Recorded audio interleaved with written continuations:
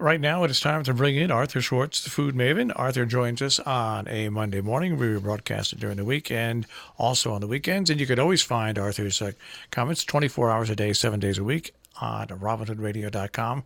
Click on demand. Arthur Schwartz, the food maven. Good morning, Arthur. Good morning.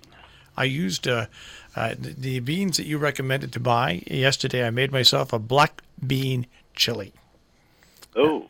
And with the bean company that you Yes. Well, tell us the name. I keep forgetting. It's Steve Sandro is the owner, because I get newsletters from him. You signed up for his newsletters? No. Oh, you should. Okay. Certainly, if you're a purchaser, you deserve his newsletter. I think he's a very good cook. And he likes to cook. So actually, even though this is now a big bean, what we're talking about, folks. Do I have to look this up now? Well, wait till Jill looks it up. Yeah. Rancho Gordo. Yeah, that's it. Yeah. Rancho Gordo, Gordo, and he started out by saving heirloom varieties that he found. Well, discovered, I don't know how you would say this, brought back anyway, from Mexico. And now he has other varieties as well. And I buy a number of different beans from him. They're expensive beans, folks. Yes. It's not Goya brand, which are so affordable. Anyway, I don't want to talk about beans today. I do want to talk about cold pasta or noodles or whatever you want to call it. It all prompted by my thoughts, prompted by a little flurry of disgust, I would have to call it, about cold pasta by my Italophile friends on Facebook. Not necessarily real friends, but people I know. I look at Facebook pretty much daily, but I don't participate very much. My family puts children photos up there, and I like that. So I like those. I mean, literally and figuratively. But the cold pasta thing really got on my nerves, and in fact, after a day of people ranting about it, and although I have to say it's a relief that people argue about should pasta salad exist, macaroni salad exist or not, than the political stuff that's on Facebook. I'm thinking, what snobs and ill-informed people? Because, in fact, in Italy, people do eat cold pasta. And around the world, people eat cold pasta. Think of cold sesame noodles, or cold noodles with sesame sauce, whatever you want to call it, which is a Sichuan Chinese dish. Think soba noodles. Did you ever have cold soba noodles? No. On a hot day, humid day especially, it is so refreshing. Soba is made with buckwheat, and if you want it, they're sold dry in many stores these days. But do look at the package to see what the percentage of buckwheat is. Did I say they're buckwheat noodles? They're buckwheat noodles, because some of them are really more wheat noodles than buckwheat noodles, and some of them are such a large quantity or percentage of buckwheat that an American taste might not like them, because buckwheat is not as smooth as a flour as wheat flour, and those can be a little on the chewier side.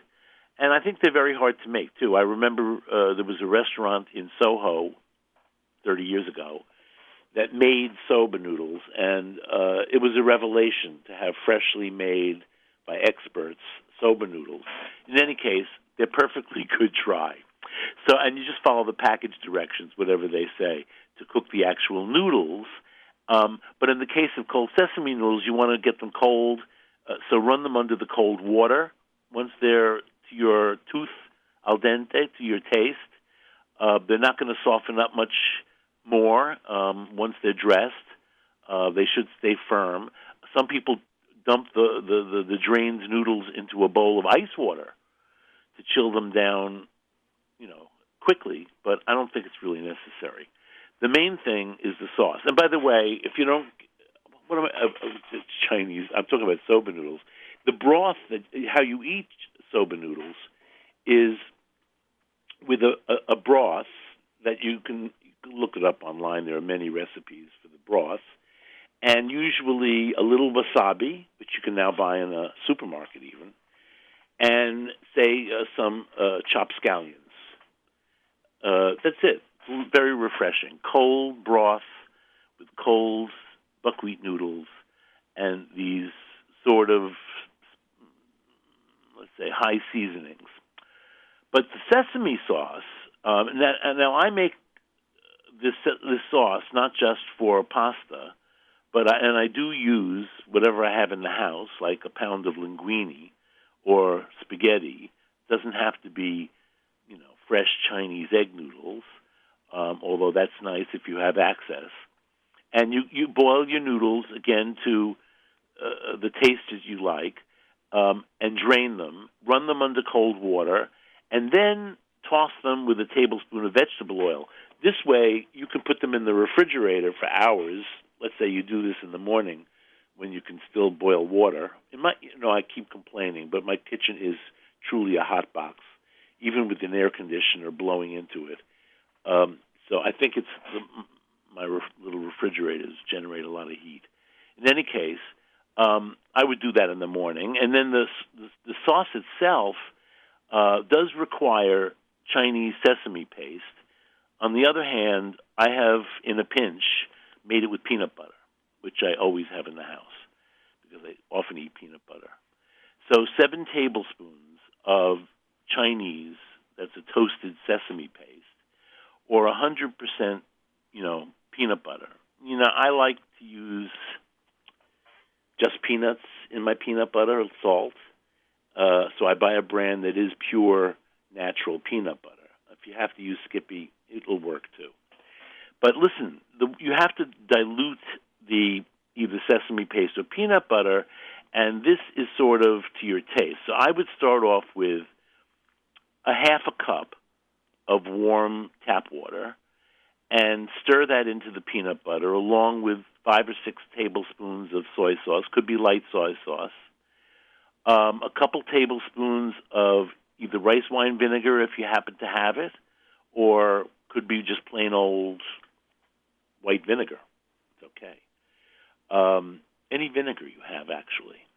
And then sesame oil, something I also keep in my kitchen all the time. I always have sesame oil. I mean, I don't do much Chinese cooking, but to me, a little sesame oil makes almost anything taste Chinese. So I do use sesame oil. A couple tablespoons of sesame oil. You want to make this spicy, but to your own taste. I use a ground cayenne pepper, normal cayenne pepper. You could start off with a half a teaspoon, but that's not very spicy. I must say, when I don't know if either of you remember a time when we had no cold noodles with sesame, because it was invented, or at least popularized, by a new immigrant chef who was called Shorty, who opened a restaurant in Chinatown, Hua Huan Szechuan Inn. It was the first Szechuan restaurant in New York, and these noodles became famous through Shorty. He was so legendary. This is a fun trivia fact, but he died very young. I mean, he only opened this restaurant in 1969. He died sometime in the mid-'70s, but 6 years after he died, in a New York City, in a New York Magazine restaurant guide, The Underground Gourmet. Anybody remember that? Raise your hand. Yeah. In The Underground Gourmet, they referred to Shorty as being alive, and he was dead for 6 years already. The thing is, the family all knew how to make this recipe, and so they continued to in the restaurant. Now, by the way, there was way more sophisticated dishes in the restaurant than sesame or cold noodles with sesame sauce, whatever you're calling it. So that's it. Salt. You're going to need a little sugar, a tablespoon of sugar, a teaspoon of salt. I like to put a lot of garlic in mine, but you don't have to. And that's it. And you mix that all together, and you serve those cold noodles tossed with some of this sauce, not all of it. For a pound of pasta, it's too much. and then garnish it with a cucumber, peeled, seeded, and cut into julienne. This is the traditional Chinese garnish. And if you want some fresh coriander leaves, I never want that. And then scallions, and I would use the green as well as the white. That's another garnish. I disagree with my Italian friends about this. I'm citing two Asian recipes for cold pasta, but fact is, macaroni salad is a good old American tradition, especially around this time of year when everybody's barbecuing. It's something you can make, keep refrigerated until you're ready to eat it. So that's the beauty of macaroni salad. But Italians make their own. I'm going to give you a variation on Burt Green's ziti salad in a minute. But Italians, this is why I had to laugh at this Facebook disparagement of macaroni salad, of pasta salad, when there's something, and it's very, I must say, trendy in southern Italy anyway. I wouldn't be surprised in the north too. Crudaiola. Now, crudaiola means nothing. It just means raw, a raw thing. So if you look up crudaiola these days, you're going to find a lot of recipes for tomatoes, either diced salad tomatoes or cut up grape or cherry tomatoes, so more or less marinated, macerated would be the word if you're using a vegetable, with olive oil and garlic, minced garlic, although you could leave out the garlic and use, let's say, onion instead, and then a lot of fresh basil, and that can be a crudaiola. However, I have had crudaiola in Puglia, which is, was in Salento? I guess it was near, it wasn't quite. Puglia is the spiked heel of the boot, so to speak. And the actual heel is called the Salento Peninsula, and just above it, in a restaurant in a very famous town called Alberobello, where all the truly are, where the main street is lined up of these conical buildings with conical roofs, very picturesque. Looks like little elves live there. But on the main street of Alberobello, there are many, many craft shops and gift shops in these truly. They're called, one's a trullo, two's a trullo, is truly. But across town, and more like the main part of town, is a restaurant called La Cantina, where I had the crudaiola of my life. And, it wasn't tomato sauce. It wasn't raw tomato sauce at all. It was a variety of raw vegetables, all minced very fine or grated, like I would say on the coarse side of a four-sided grater kind of grating, and then mixed with a lot of chopped basil, and it was onion, not garlic, by the way. It was, if I recall, red onion, carrot, celery. There was, I'm sure, there was minced raw zucchini, but of course small, sweet little zucchini, not gazzunta, not big zucchini, and no cucumber. They don't use much cucumber in the south of Italy. Anyway, but you could throw that in too. Make a salad. Make a minced vegetable salad. Dress it with oil, olive oil. When you go to serve it, you can add vinegar or lemon juice better, or for my taste, nothing at all, just salt and pepper. If you want to put hot pepper in your crudaiola, you can do that too. So that to me, when I hear crudaiola, that's what I think of. And I had it again, interestingly, in Naples, but at the home of people who are from Calabria, and now good friends after all these years. And Mirella is the name of the woman of this couple.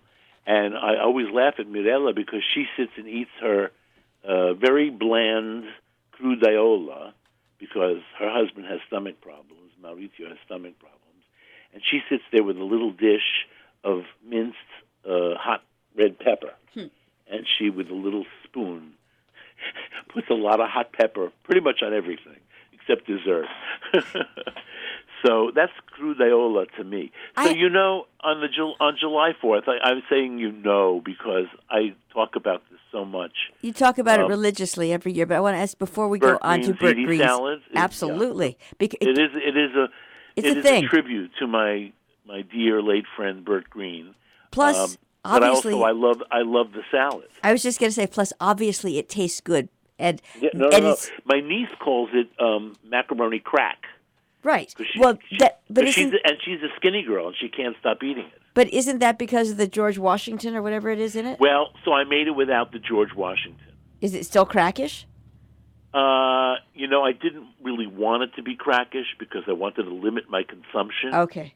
I made I didn't even look at Bert's recipe because after all these years, what do I need a recipe for? But now I am actually looking at it.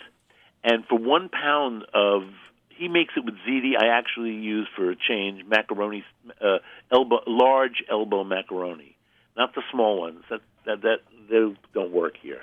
They got to be a decent sized tube. Penne is good. Ziti.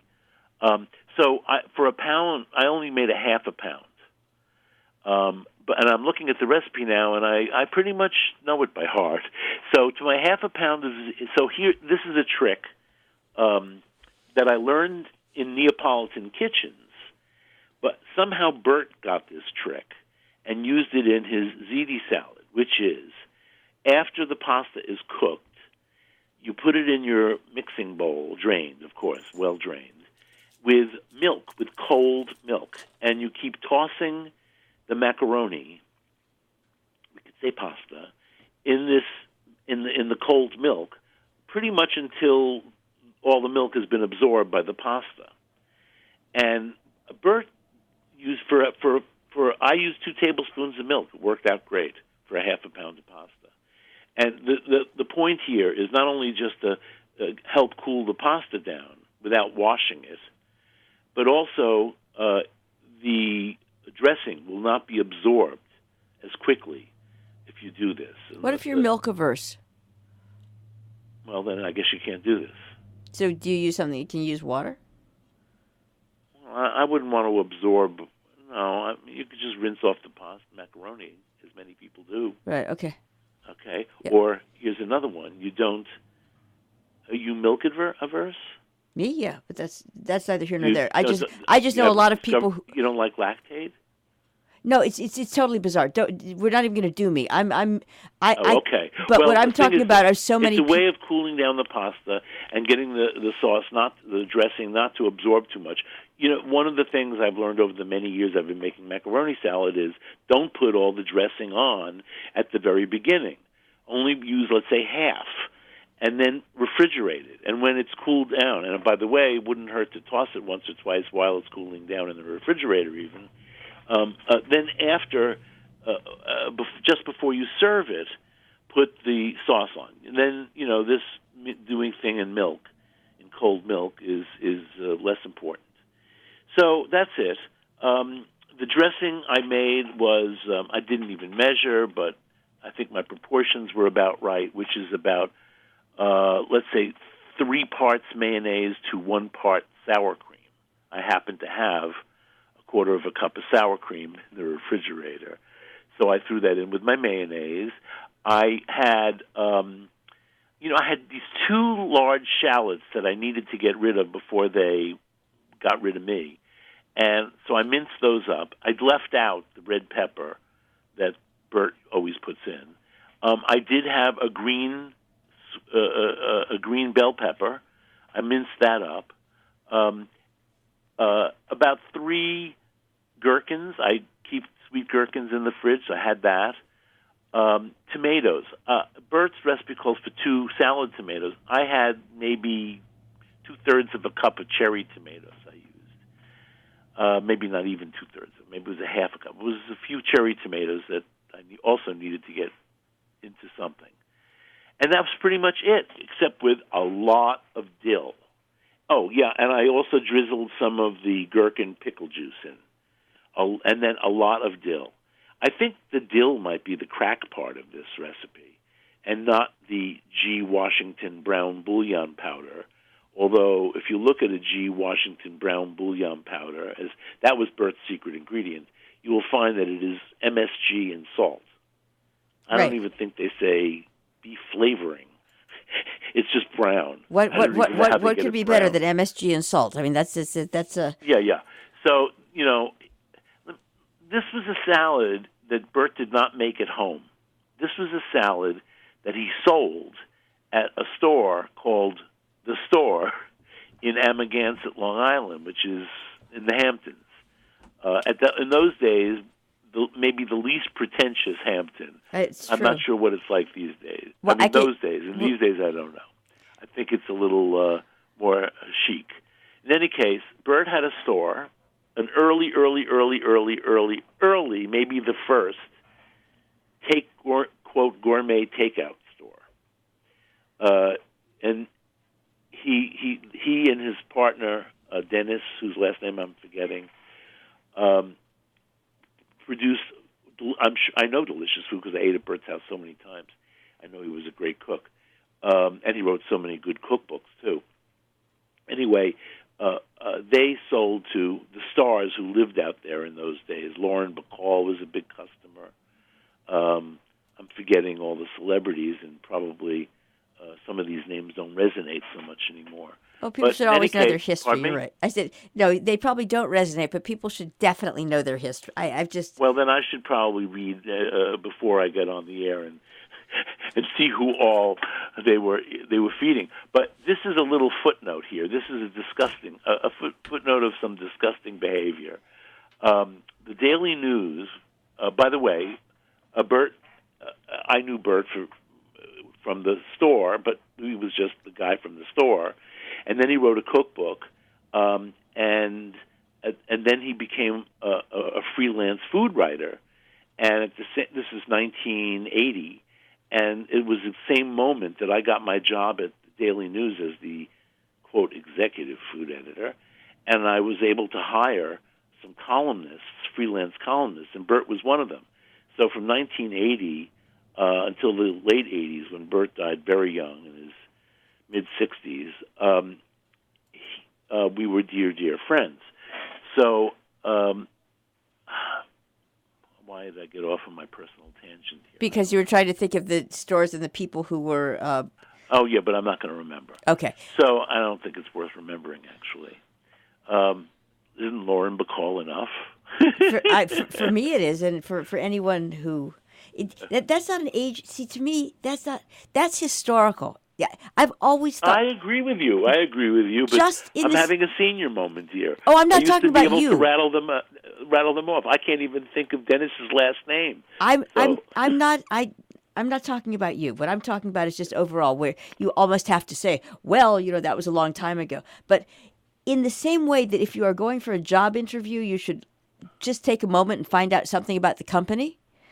If you're just going to do a life, you should take a moment and find out about a couple of people who were floating around beforehand, because. So the ugly footnote here is that he and Dennis wrote this cookbook called The Store, the Store in Amagansett Cookbook.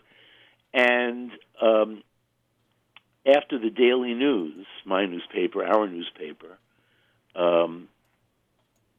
revealed a major plagiarism, and in fact that was resolved in the favor of the person who got plagiarized, and I'm not going to tell that whole story, and the man who did the plagiarizing ended up committing suicide.